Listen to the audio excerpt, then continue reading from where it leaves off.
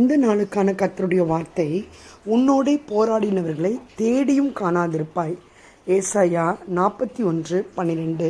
ஆம், தேவனுக்கு பிரியமான ஜனமே, இந்த நாளில் கூட கர்த்தர் கொடுக்கின்ற கம்ஃபர்ட் என்னென்னா, உன்னோட நிறைய பேர் போராடி இருப்பாங்க. உன்னுடைய வாழ்க்கையில் இருக்காங்க, நீங்கள் கடந்து வருகின்ற சுச்சுவேஷனில் போராடி இருப்பாங்க, போராடி கொண்டு இருப்பாங்க.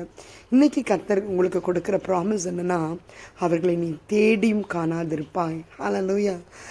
யாரெல்லாம் உங்களுடைய ஊழியத்திற்கு எதிராக அல்லது உங்களுடைய முன்னேற்றத்திற்கு எதிராக நீங்கள் நன்றாக இருக்கக்கூடாதுன்னு நினைக்கிறவங்க தான் போராடுகிறவர்கள். வித்தியாசமாக இந்த ஜனங்கள் ஆசீர்வதிக்கப்படக்கூடாது, இவர்களுடைய பிள்ளைகள் ஆசீர்வதிக்கப்படக்கூடாது, இவர்களுடைய ஊழியங்கள் வளரக்கூடாதுன்னு நினைக்கிற பிள்ளைகள் உங்கள் மத்தியில் இருக்கலாம். இன்றைக்கி கர்த்தர் உங்களுக்கு என்ன கம்ஃபர்ட் கொடுக்குறாருன்னா, டோன்ட் வரி மை சைல்டு, உன்னோடே போராடினவர்களை நீ தேடியும் காணாதிருப்பாய். ஆமென்.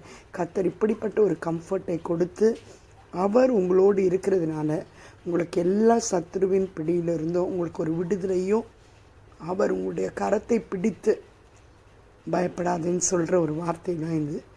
நீங்கள் தேடினா கூட அந்த போராளிகள் எங்கே இருக்காங்கன்னு தெரியாது.